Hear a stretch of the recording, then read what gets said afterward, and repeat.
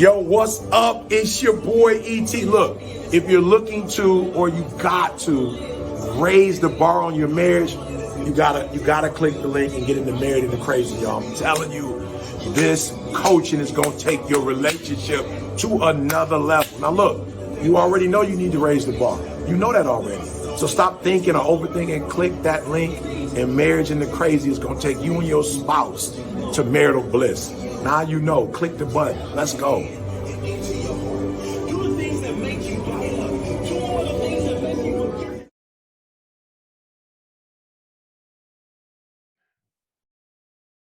Welcome to another episode of the Married into Crazy podcast with Snooks and Lovey.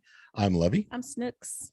And today we have a special treat for all of you. This has been a long time coming.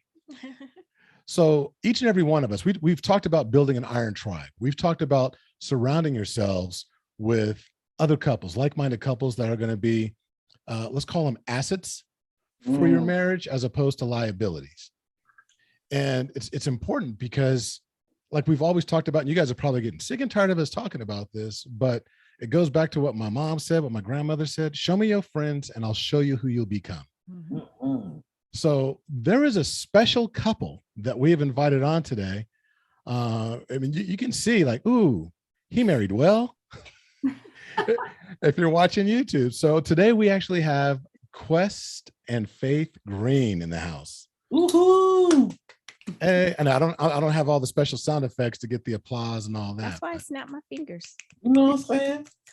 You know, I'm excited. I'm excited. So how are you two doing? I mean, I can't complain, man. Faith? Oh, good. Yeah. Okay, good. As long as she said we're good, then we good. Amen. He said, I can't complain, babe. Oh, okay. We good. Right. We're good. I like that. Okay, Lovey. Oh, that's the real deal. That's the real deal. Yeah. Look, for those of you that aren't familiar with Quest and Faith, I want to give you two an opportunity to kind of talk about who you are, what you do. Snooks wants to dive all the time into the love story. I haven't said anything, so go ahead. So we're Quest and Faith Green. I am a marriage coach. I'm also the CEO of the greenhouse you see back there. It is a marriage community. We the three pillars of the company are love, lifestyle, and legacy. We try to get couples to realize that those three pillars should help them in times of difficulty and challenge, focus on what's most important. We do it through community, through conferences, and through coaching. We try to get couples to realize that their differences should bring them together and not draw them apart. And that's not an easy thing to do. But that's pretty much who we are. We help them, and my wife keeps me sane, because you take on a lot when you, as you guys know, you take on a lot when you're coaching. All right, and if you're not careful, you can lightweight bring some of that own stuff into your mix, and you don't want that. So she's the one who keeps me sane. And she's the one who is the apple of my eye, the one that I make sure that if she's good, I'm good. You know what I'm saying? So yeah, that's the long and short of who I am. And nice. And who, yeah. So yeah, I want everybody to know, how did you, like, people are like, okay, how do you guys know each other? And I just got to put it out there that when I first became an extreme execution coach, and ET was coaching me, and he was like, okay, what's your niche? What's your focus? What's your passion? What are you going to do? And when I said, it's all about marriage, and he was like, oh, you got to meet Quest. That was the first thing he said.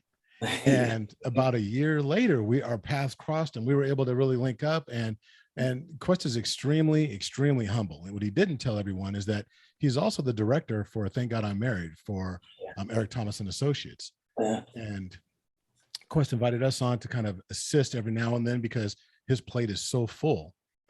And that's how we initially met. And it was just, we vibed ever since then. And I've been dying to get the two of you on. And every now and then I hear Faith coming in. I've seen some clips. She brings the heat at your conferences. And here's the funny thing. She's always fighting and doesn't want to be out in the front. But when she gets there, she takes my mic out of my hand and goes off. You know what I'm saying? Goes left field quick. I tell him if the spirit moves me. Oh, it's the Right. spirit moves. Well, the spirit been moving a lot at the conference. That's so right. That's right. Yeah. One thing that you said earlier, Quest, about just protecting yourself. You know, we think about when you talk about self-care, you know, Mhm, relationships need self-care too. I thought that was a very good point that you made mhm. about being careful of what we bring into our marriages and our relationships, especially being coaches. And we're also very vulnerable, you know, and when you have couples talking to you guys, and some of that might jump off. Faith might not like how the other lady said something, or the man said something, and anything could come up, and you might not like how someone said something, and before you know it, y'all might be arguing about something another couple was talking about. So I just thought that was very good point that you made. You know, being very careful. You have to guard yourselves Yeah. um, from any outside forces, because they will come. Yeah. I think for me personally, one of the ways that I guard myself as of late, we always talk about the priorities. I'm a huge advocate, and I'm driven behind priorities, specifically in family. Like for me, it's God, it's faith, it's the kids, it's work, it's extended family, and then everything else after that. And I would always say it. And it got to a point for me, Snooks, where it was just like, all right, that's cute that you say that. Are you behaving in real, ways that are evident? Mm-hmm. I always like to say we need to be evidence producers, Mm-hmm. right? Of my priority list. And so over the last, and I've always been one to try my best to keep God first, but I've really started, and I have this thing where I'm up, down in terms of my walk. And as of late, because I know that this is, I don't know for you guys, but for us, it's a strange season. There's a lot going on where I'm looking at my marriage differently. I turn 50 next year. I don't know if that has anything to do with it, but this is the last year of the 49. You know what I'm saying? So I don't know if that has anything to do with it, but I'm really paying attention to, are you the man who you claim to be? Mm-hmm. Right? I don't want my talents or my gifts to take me to a place that my character can't keep me. And he says it over and over again that it's an inside job. So what I've done is I've got myself a Bible reading plan. And every morning, Faith knows now that I get up at about 6:15, 6:30, and the weather's warm. So I go out on the back patio. And I'm thankful Faith said, I want a pergola. So we went and put a pergola up in the back. And I go out there and I sit every morning. It was for her, but I'm enjoying it during worship time. I spend my time reading whatever's on the agenda that morning. And then after that, praying for myself, for my family, for people. And then I just kind of sit back for a while. I do some reading in terms of, because as coaches, we're always reading marriage books, just to keep ourselves abreast. But one of the ways that I protect myself is by doing that in the morning, sitting after I read. God, what are you trying to say to me concerning what I read this morning? What does it mean for my marriage? What does it mean for me as a father, as a husband? So as you speak to this thing called protecting yourself, there's actually ways that we can do that. And I don't know about no other better way than to hooking up with the Creator in the morning, in the first of the day. You know what I'm saying? So yeah. That's interesting. I love hearing you say that, because I don't know if you remember the very first piece of advice that you gave me. Yeah. Our very first conversation. And I always ask, what is the one thing that if I was to do this one thing that would make everything else that much easier when it comes to helping other couples? And you said, be a voracious reader. Yep. Read. Yep. And so I love hearing that. And it's funny because you were talking about, being the congruency. Are you the man that God intends you to be? And I just had a conversation with someone the other day about how you can be right and move wrong, but rarely can you move right and be wrong. Man. I love how you're saying that, but I don't want to go too far into the super depths of coaching a marriage, because I really want to hear about the love story. Once upon a time. Yeah. My part. Anyway, I get to ask those questions. This is the fun part for me. So I want to know, I mean, we know, but I want everyone else to know how y'all met. And I think it's super cute, but I want you to tell the story of how you met. So whoever starts first. My version or his version? Well, I was getting ready to say whoever starts first. My version is the truth. So, I mean. I want to hear Faith. Well, my truth is we met while Your truth or the truth? Yeah, the truth. Oh, okay. Well, I was 15, 16 years old, high school. His sister and I were very good friends in high school. And he had already left.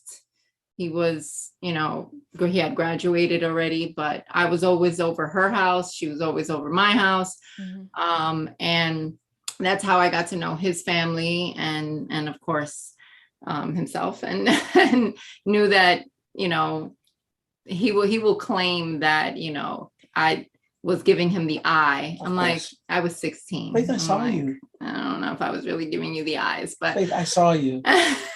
There's some fascinating girls. And he's what, 4 years older than I am, so I think he was giving me the eye, but but our parents would have killed us at the time. So fast forward, we graduated high school. I went off to college. His sister went off a separate direction, and so we kind of lost touch afterwards. And I don't know how many years passed. I was in. We bumped into each other a couple of times when I moved back to New York.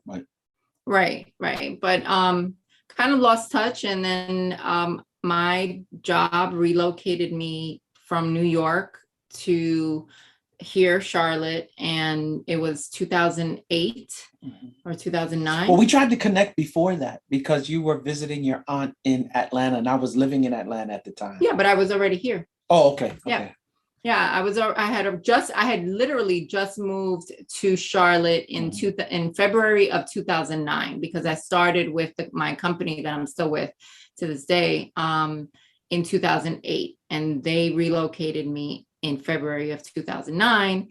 I reconnected with him in August of that year, and via Facebook. I was visiting. Shouts out to Meta. Right. And so we came across each other, and he knew I had she told you, right? Mm-hmm. Oh, guess who I reconnected with and whatever. Right? And I was going to be in Atlanta. He was in Atlanta. I was in Charlotte, and I was going to be in Atlanta visiting my aunt at the time who lives in Atlanta. And so he, hit me up and was like, oh, I hear you coming to visit my sister. We need to, meet up, whatever, because his sister was also living in Atlanta at the time. And so that's how we kind of reconnected. And then from there, we started dating after that. His sister wasn't too happy about that in the beginning. She was like, that's my friend and all of that. But, I was like, shut up. I made your best friend your sister. Shut up. Yeah. Right. She grew to love it. And so, the rest is history. I mean, we dated for about a year and change. Mm-hmm. And after that, we got engaged. And planned our wedding another year. She came down to visit me for my birthday. And in then August, from that weekend forward, I think for every weekend for a whole year, I was either in Charlotte or she was in Atlanta. We would alternate. Alternate weekends. Mm-hmm. So I would go to him one weekend, the next weekend he would come to me. She couldn't get enough. Oh no, it sounds like it was going both ways. Right. It's like truth. Isn't it funny how I picked up on him when Faith, was given dates, and then she said, and then in August of that year, how do they do that? I don't know. That's the detail. Women have, it's already bad that she's a 99C. It's already bad. If you ask me, it's 199, but that's a whole nother conversation for another time. But it is crazy the way that they can like attach a date. I think what it is that, and y'all probably study it as well. Women have this emotional cord that runs through them that allows them to attach a particular event to a date, and it's burned onto their brain. And then once that happened, oh, I remember that happened to January 23rd at 3:00 on. I'm like, oh, Yeah. But don't ask me to remember people's names, or he'll say, don't you know that person? We met them. And I'm like, huh? Like, I don't Pretty remember. selective.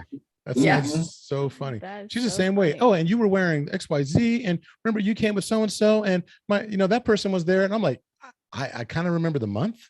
I was in the vicinity. We pay attention to detail. That's just it. I'm just saying. So let me ask you, Quest. So was that pretty accurate? No, that's very it's accurate to an extent. It's her truth. I'm happy wife. You can say Yeah, that. right. Why dispute it, right? Let me tell you what actually happened. I was in my first year of college, but I stayed home for my first year. I was at Middlesex County, and she once again, her and my sister, there was her, Maria, Shannon, and Faith, and all four of them, they always would be at my house. And I lived in a townhome which was right behind my high school, so I was up on the third floor. That's where my hangout spot was. And so I had to pass my sister's bedroom to get to the stairs to go up to the loft. And so every time I would pass, I would catch her peeking out the thing, and I look back at, oh, okay, yep, I see you. She was cute. She was definitely cute. I won't lie that. She had this nice little bob haircut. She was a cute little thing in high school, right? And I was like, oh, if you're a little older or whatever, she was shooting the eye. I know she was. That is hilarious. Okay, so That's so you funny. two are funny, but so the fact that you guys went and had your lives to a certain extent, right? And then refound each other. What was it about the reconnection that really attracted you two to each other? I don't know. Of course, for us, we're visual, right? So it's always the physical thing first. But I had already lived like a life. Like I was married, divorced, 7 years single, and Had a child. Yep, had a daughter.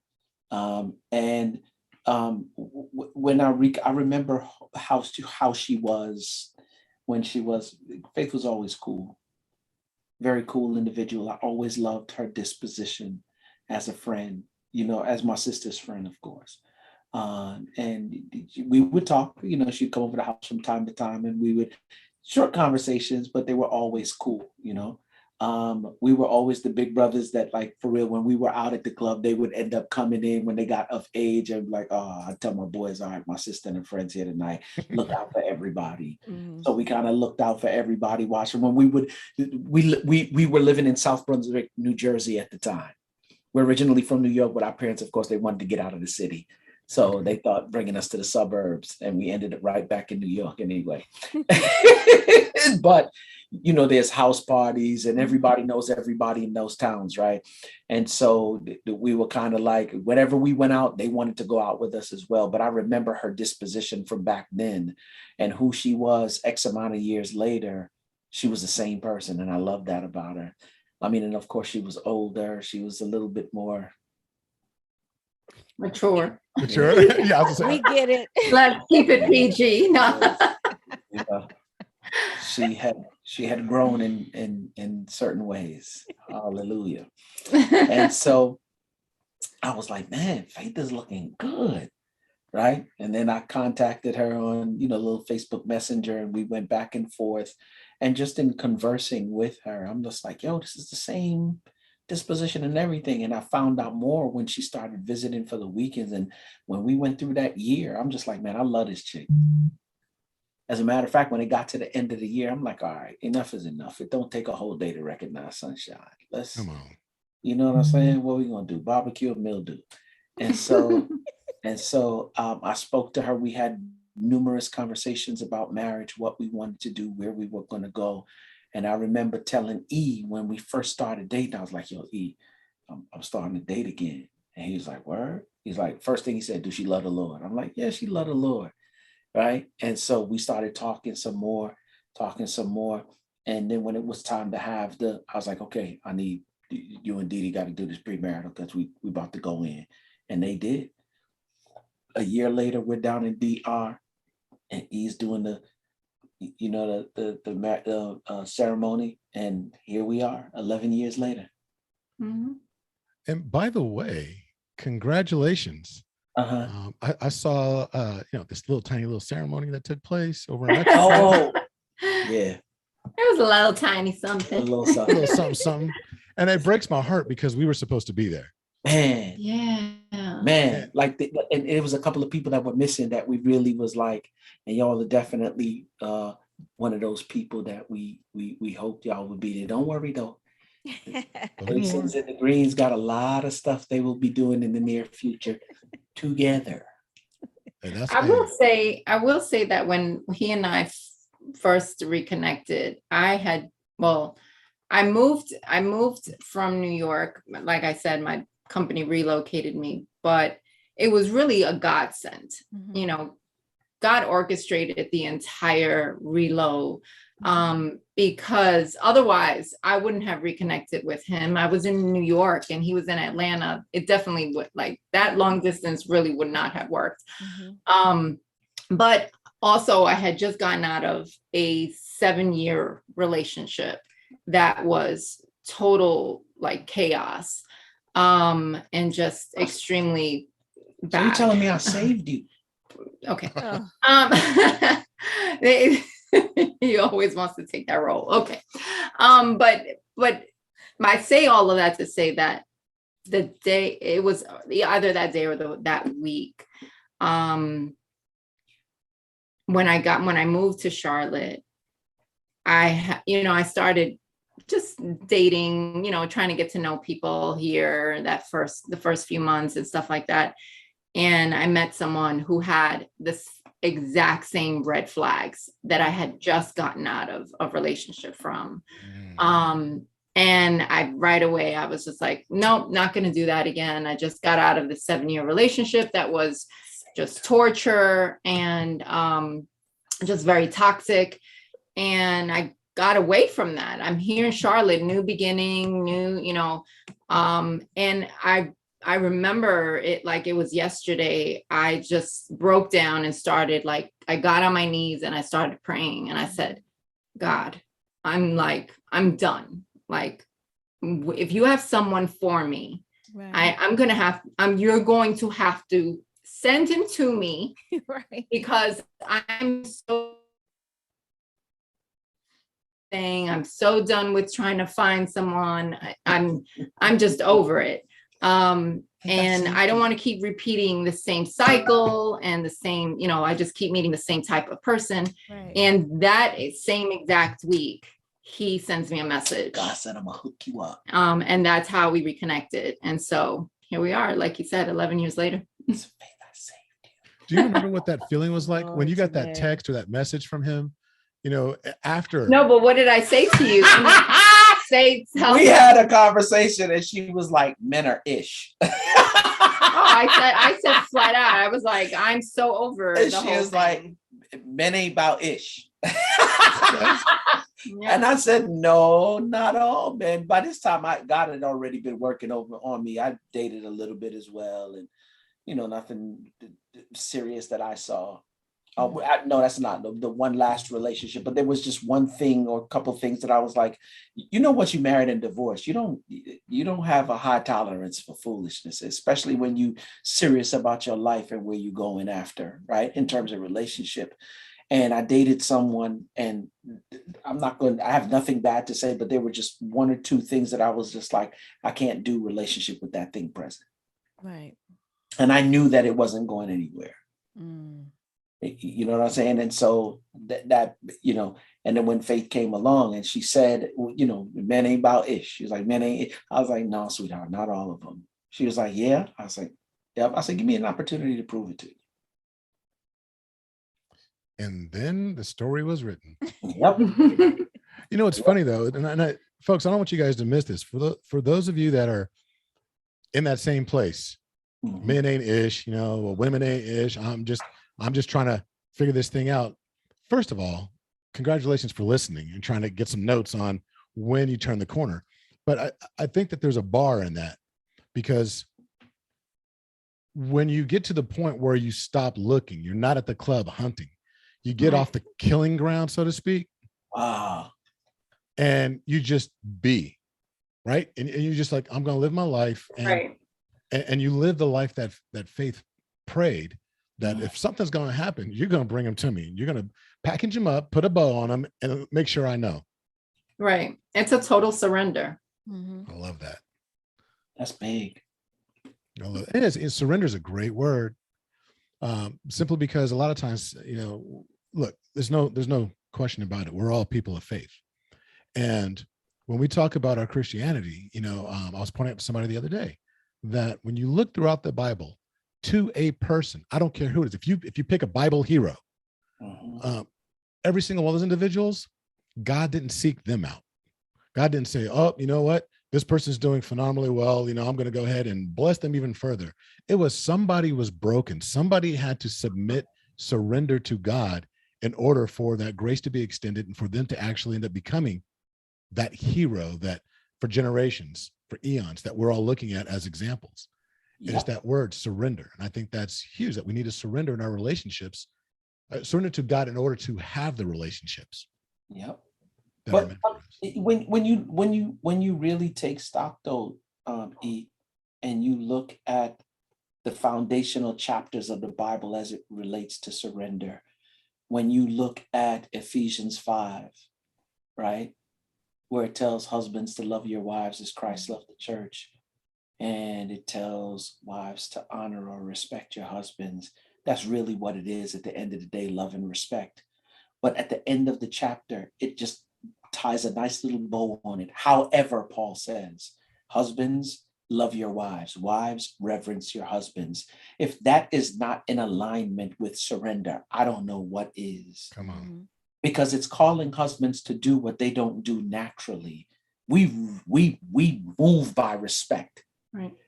Like if you come from the area of, you know, I still got a little bit of residue of the hood left in, you know what I'm saying? Even though God has been a blessing over the couple of years, and there's a code of respect. You talk crazy to another man on the block, he liable to go in your mouth, right? Or worse, right? You know that like if Pookie doing X, Y, and Z, you keep your mouth shut. You even if you don't agree, there's still a level of respect you got to move with, right? Women love naturally, right? It's the respect part. They speak freely, you feel me? And I find it quite interesting that God would call us to do the thing that we don't do naturally. He calls women to respect, and he calls us to love, and he calls us to initiate the process. So before I do this, I have to surrender to you as my creator so that I can properly love her the way that you love me. And in doing so, it sets this whole dynamic in motion, because the way that she's wired, if you love her the way that she needs to be loved, she's going to look for a way to reciprocate. But at the beginning or the foundation of it all is surrender. I love that. And I think that that's like, for real, you said it. It's foundational to everything that we do, that word right there. If we would learn to do that, we can change all the marriages. Come on, teach. Teach. You know, here's the funny thing. I was telling Snooks this beforehand. Several months ago, we actually it's probably about a year ago. We're lining up a list of people that we want to invite on the show. And aside from yourselves, there were like some coaches, and Snooks, I'm calling you out. She was like, why are you going to have a bunch of other marriage coaches on our show? And you know, the funny thing about it though, and this is the analogy that I use, I don't know if I've ever shared this with you, Quest, is that if you look at a guitar is a beautiful instrument. Beautiful. But each string on that guitar is a particular note. You play those notes individually, they're beautiful. But if you play those notes together, come on, they operate for the glorification, if you will, of the instrument, right? You make beautiful music using all the notes. But some people like songs that are played in the key of E. Some people like in the key of C. Some people like in the key of G. But if you play those notes and you allow them to actually be strummed together, and it's glorifying that, I think each and every one of us coaches, the ones that are, I feel like that are based on God's word and that are really truly doing it for God's glory, we're nothing more than individual strings on the same instrument. And when you strum us together, when you play us together, when you it's for the glorification of God and the covenant that he's given us. And that's why I was like, that's why I want to have it, because we might say something and it might not resonate with somebody. But what if Quest and Faith are talking in a different key but it's all for the glory of God. So we need to have more synergy. That synergy. And Like so Faith said it's like Voltron. What you know about that Voltron, Faith? oh, The Lions were dope individually, but they used to get their tail handed to them a couple of times when they come against that. But when they come together as Voltron and they form that blazing sword, my. Faith over there teaching. Come on. So here, a couple more questions, and then I want to get into the greenhouse. One of the questions I want to ask is, what is something that, so you've been together 11 years, thereabouts? Oh, I think they froze. Did we freeze up? Let me pause it.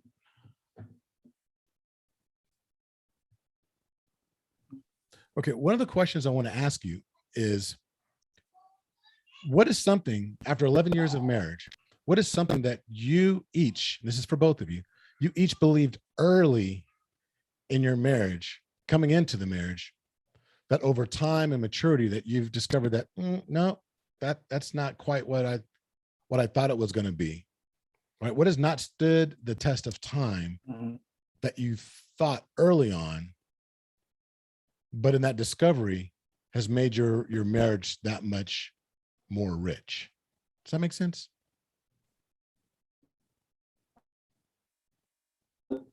I think for me, it's my misconceptions about leadership. And I see it evident even in my children, especially Nico. I realize that leadership is so much more about helping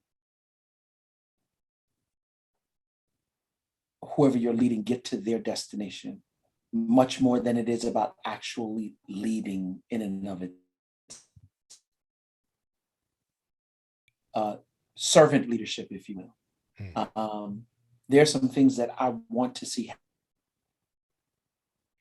happen, but they will never happen unless I do them consistently so that they can see. I realize that, and I don't mean it in a derogatory term, please hear what I'm telling you.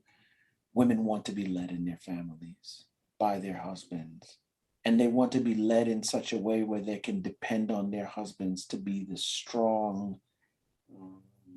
And when I'm talking about physical strength, I am, but I'm not. I'm talking about spiritually strong, mentally strong. And I'm talking about all of these qualities that most people may think are macho, but within the context of servant leadership. I don't beat her over the head about her relationship with God. I get up every morning and I'm supposed to do. And if I do it right, it will have an effect on my family. In the beginning, I used to think like, you get up and you tell you to do this, and you run the house, right? And when they don't do it, then you try to control or you try to manipulate in order to get the end result that you're looking for. It's an inside job. And when I say inside, I'm not talking about inside the relationship. It is, but I'm talking about inside me as an individual. I'm in the presence of God and have him mold and shape and cut. And whenever he's done molding and shaping and cutting, that he does perfectly, his plan is perfect. He will have me moving in this house, and then he'll have his spirit move on the rest of the individuals in the home. And guess what? Everybody, simply because of servant leadership. And I'm learning more and more that I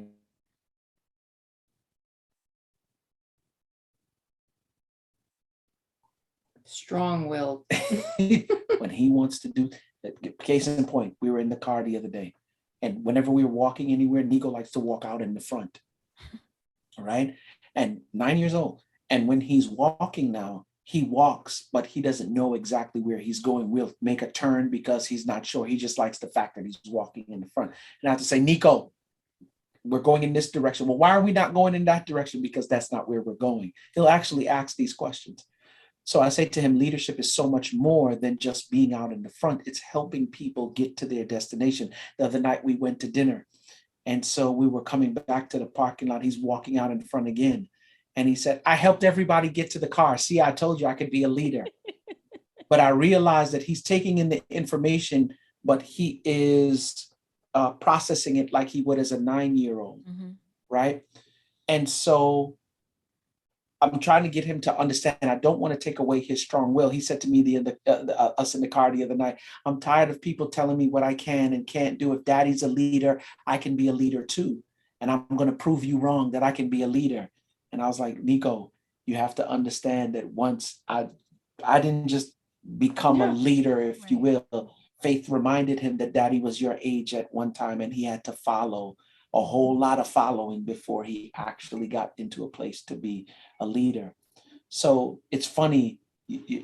I'm telling y'all, you need to, if you're going to have children, be careful about how you live your life, because they come, boy, and they are the spitting image.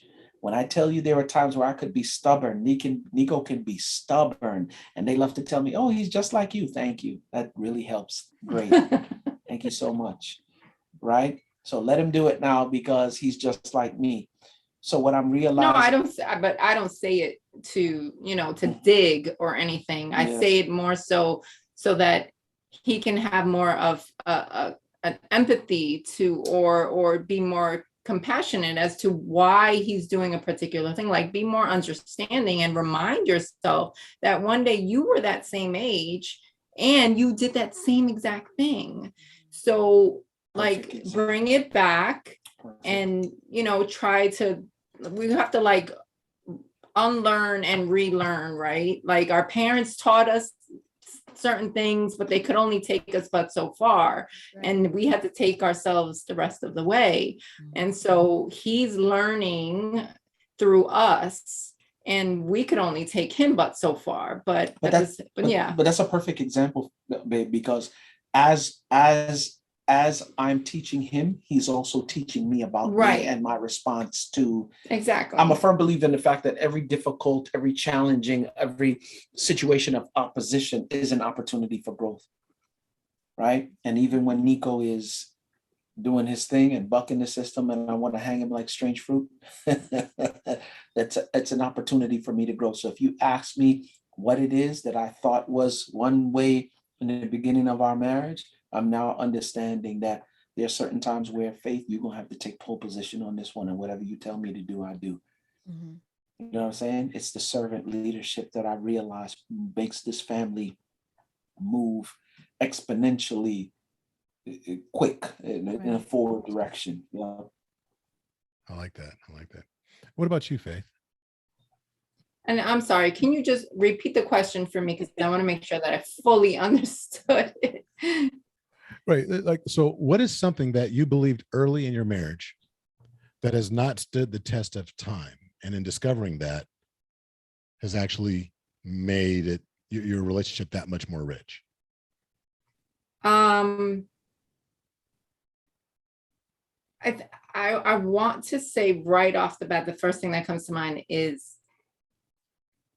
my independence. And when I say independence, I mean feeling like I can do it all by myself. Or, I in the beginning of our marriage, I always felt like, well, if he can't do it, that's fine. I can do it anyway. Like, I'm perfectly capable. And I've done it this far by myself. And, he didn't meet me, out of high school with not a penny. Like, I had my own place, my own car, like I was independent, paying my own bills. I didn't need anybody, and so I came into the relationship, kind of like, well, if this doesn't work, I mean, I was fine. Like I was independent. I was, like I said, paying my bills. I didn't need a man to do those things for me. I'm getting married because I want to get married, not because I needed to. And so I think that perspective has changed into more of a partnership, right? So it's more of we need each other, more so from a partnership standpoint, and wanting to help each other grow, wanting to not even if I can do something, but by myself, I always try to include him in it, and really try to do things together. Life with each other is so much better than life around each other, right? And so and so that's, I think that's where a lot, I mean, and I think a lot of couples, when he does coaching and I sit in on some of the sessions, we hear these issues from couples that they've, she has her life, he has his life, his job, her job. They kind of run parallel, but never together. And so it's weird to me, and it's not weird because I can see how it happens, right? Because I was there once. But a marriage is not about that. A marriage is a union. And so you have to be intertwined with each other. You have to do things together. His business, I'm heavily involved in his business, even though I'm not the one personally doing the coaching, but I'm heavily involved. Telling me what to do though. Yes, I do. But on an administrative level. and so, and even, with my stuff, he helps me, with my things. And then of course the children, we discipline them together. We don't like play that role like, oh, you discipline them and I won't, and I'll do this, or, I'll take the trash out and you do, like, we don't do that here. Like everything, we do things together. And, that's where we stay united. And we keep that connection. And, I think that's where my perspective has changed. Who are you? Yeah, shut up. That's with me. Funny. I mean, Faith coming with the heat. I'm loving this.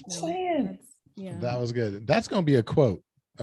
Life with each other is better than life around each other. I'm just saying.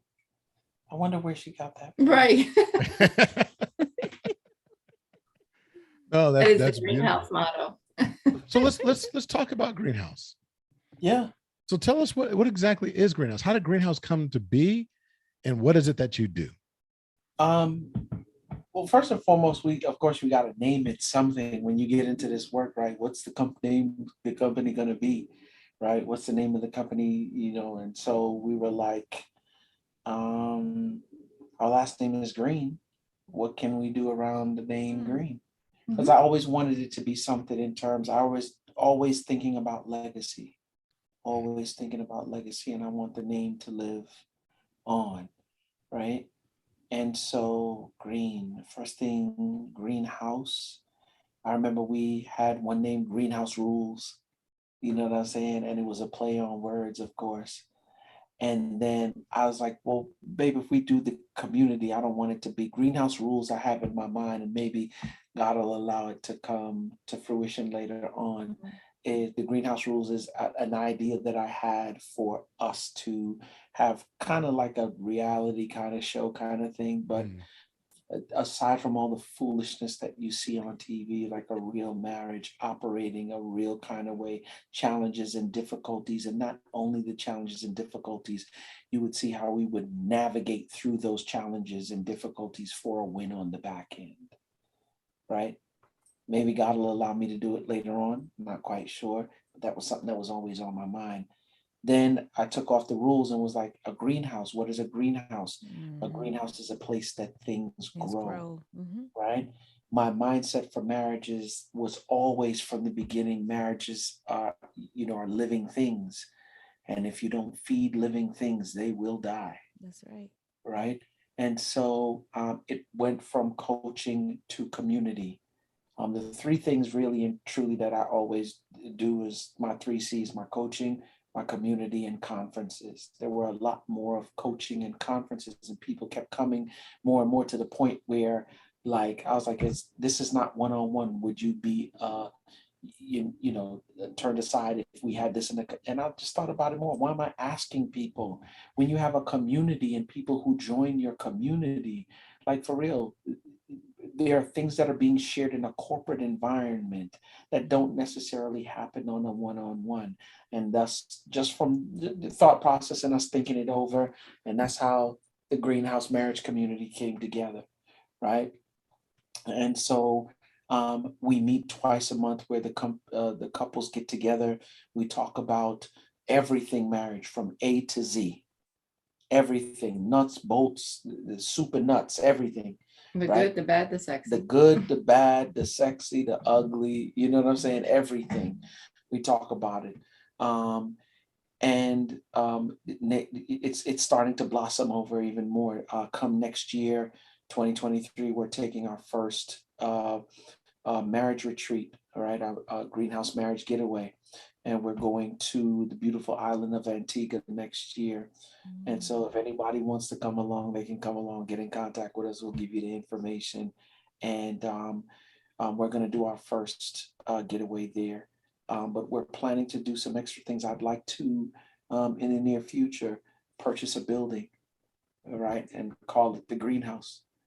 And have an actual place where we can hold conferences and have events and all marriage related date nights, all kinds of stuff. That's what I want. That's what my vision is for the greenhouse later on, just to begin. But it's basically focused around community, all for the efforts of, I say it all the time, from shaky to good, from good to great. Ultimately, what we want is phenomenal marriages. But phenomenal marriages don't just happen. It takes work. So let's do that work. Right. And we want to create a community and a place and space for marriages to do that. That's right. This is good. And listeners, I listen, Iron Tribe. Yes, we're married into crazy, but even as a couple, we need to get fed. We need to grow. And one of the places that we go is to the greenhouse. During the pandemic, we participated in date night. It was the all white. That was so much phenomenal. fun. We had so much fun. Oh man, I remember that.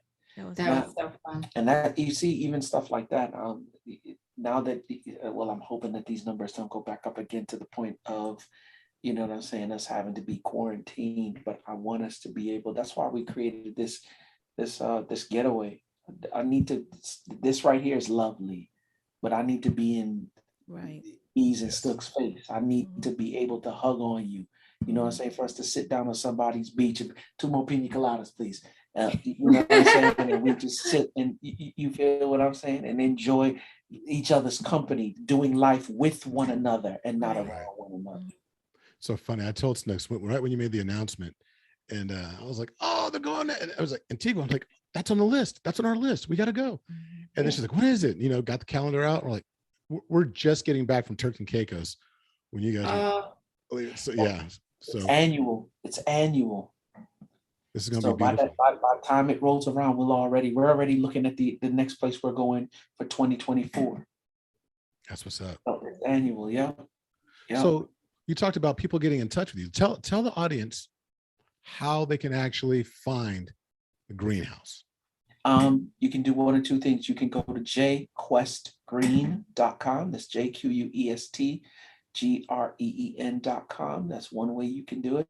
You can email me at info. Email the entire team. Well, Faith and Shonda are the ones who really maintain that box, but info@jquestgreen.com. You can look for me on Instagram at quest_green. You can find me on Facebook. Yep. Right, at quest_v. Quest Green. Quest Green. It's just Quest Green, right, at Facebook. And on YouTube, Quest Green. We got tons of marriage videos there. Yeah. We're taking a pause. I'm about to start up again Keep us lifted. They've beat me over my head, and now I'm in the process of writing the book Quest for Faith, revealing the secrets to a phenomenal marriage. All right. Ooh, Yeah. Nice. I love that. Okay, so how do we get I want to get a pre-order. How do I get that pre-order? And as soon as a pre-order is available, I'm gonna make sure that you, like, for real, we're gonna put it all over the place. But I'm making sure Married into Crazy is one of the first places that we go to in order to get that pre-order information out. Yep. Talk about a dope title, Quest for Yeah, Faith. man, they beat me over my head enough about it, man. So y'all keep your boy lifted. Got you. We got you. We'll keep you in prayer. Yes. Absolutely. Yeah, that sounds beautiful. So you've been very generous with your time. I think in parting, I think Snooks is going to ask our last question of the evening. oh, I am. You I are. finally get to ask a question. Oh, I feel the same way, Snooks. When he gets to talking, I'm just like, can I I get just a sit word? back, right? She don't be wanting to say nothing, Snooks, and I gotta fill in the gaps. I'm like, are you gonna say anything? No, you go ahead. Oh my gosh, that is so lovely. Are you gonna say something? I'm like, no, go ahead right now. So anyway. So, okay, we are married into crazy, and we know crazy is an acronym for compassionate, real, accountable, zealous, and yielding.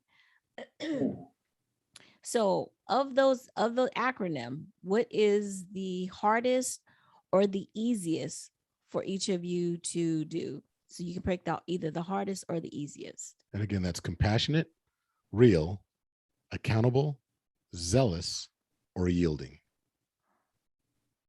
The easiest for me is zealous. I am a high D, but I am a high I as well. And I think I lean more to my I than I do to my D. And so I'm zealous about anything that she wants to do. I'm just excited that she wants to do it. Hmm. And anything that she wants to do, I'm like, let's go. The most challenging for me would be accountable is not challenging. What's the C again? Compassionate. Compassionate. That's not, I don't think that's a It's not hard difficult. for you. Compassionate, real, Mhm.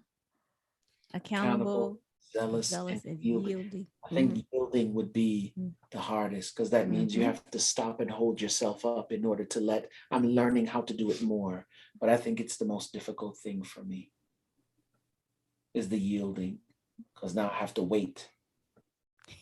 Right. I think the difficult one is the easiest for him. The zealous is the difficult one for me, because I'm not as excited as he comes up with these grand ideas, and I'm just like, Okay. hey, all right then. So you got a plan for this? I'm like, you need to like give it to me in detail. Like that sounds. But that's what she's there nice. for. I come up with the plans. You just add structure to it. That's it. So yeah, being zealous is difficult for me. The No, easiest, brother. I think the easiest would be compassionate for me, probably. I would say so. Yeah, right. Yeah. I would say so. I would say so because faith is involved with a lot of community oriented programs. Like at church, she's a major part of community service. She goes on a regular basis to go and feed the homeless. In the children's ministry. Children's ministry at church. She's a mom. Like I'm a Faith, big mom. like Faith is a mom. Nice. Well, look, we feel so blessed. Mhm. We're so grateful for your time. For those of you that are, Last time. so for the entire audience, I'm going to go ahead and list all of those links so you can Mhm. find Greenhouse and Quest and all the things that he and Faith are doing. So you can actually, and Quest, text me if there's a direct link for the trip to Mhm. Antigua. Oh yeah. Please send Yes. it to me so I can put that in the show notes as well. I'll send it over to you. Jeannie Parr is our travel director. And she's Oh, the one- I know Jeannie. Yeah, so she's the one that There you handles the go. stuff for ET. Yeah. Mhm. So Actually, I was the one who brought her in for Faith, and I brought her in for the first trip Mhm. we took on for Phenomenal Life. What was it? Was it a The cruise? cruise. It was a cruise. Oh yeah, it was a cruise. It was a cruise. Yeah. And then she We just we kinda, found Jeannie for E. So we did that. Oh, And she then took she over. had- Okay. we used her actually for, it's funny. What did we use her for? Didn't we use her for DR when we went to Dominican Republic? No, we used Vacations to Go, Yeah. Yeah, I think so. but we But didn't not- use her. mm-mm. We used her company. No, we used her company, but that's why when Eve asked us, we're putting these trips together, can you find someone? I said, well, they did such a great job. Let me go back to them and have them recommend someone to us. Mhm. And they recommended her, and then that's how it goes. So now she's family. Full circle. Right. That's how it works, right? That's how it works. You show up, you show out, and you become family because I can't be without you now. Yes, exactly. It's like us in Greenhouse. Come Well, look, on. thank you so much for spending time Thank with you us. guys, man. Thank you. We love everything you guys do as well. Absolutely. So we are honored that you even asked us to be on it. Anytime I get to kick it with y'all, though, I don't care what we doing. Amen. Amen. He really doesn't. I'm kind of fun. I don't know, Lovey, he's all right, you know. So Yeah. Look, we'll let you and Faith kind of get together and just chat, and then Right. we'll have to Look. calm y'all down. Like, no, we're not doing that. Okay, calm down. It's funny because I was out in Cali recently, but I didn't have the time that I wanted so that I could run around and see a couple of people because I definitely wanted to see you guys and the Hurlings, but time just didn't, and I had to come back and meet her in Sarasota. So I was just like, it's all right. Hey, that's we just it's gotta put it coming on the though. agenda. It's coming. That's right. It's coming. All right, y'all. Well, take care. Be blessed. And like we say all the time, until the next time, Be blessed. bye. Bye-bye. Love Bye. y'all.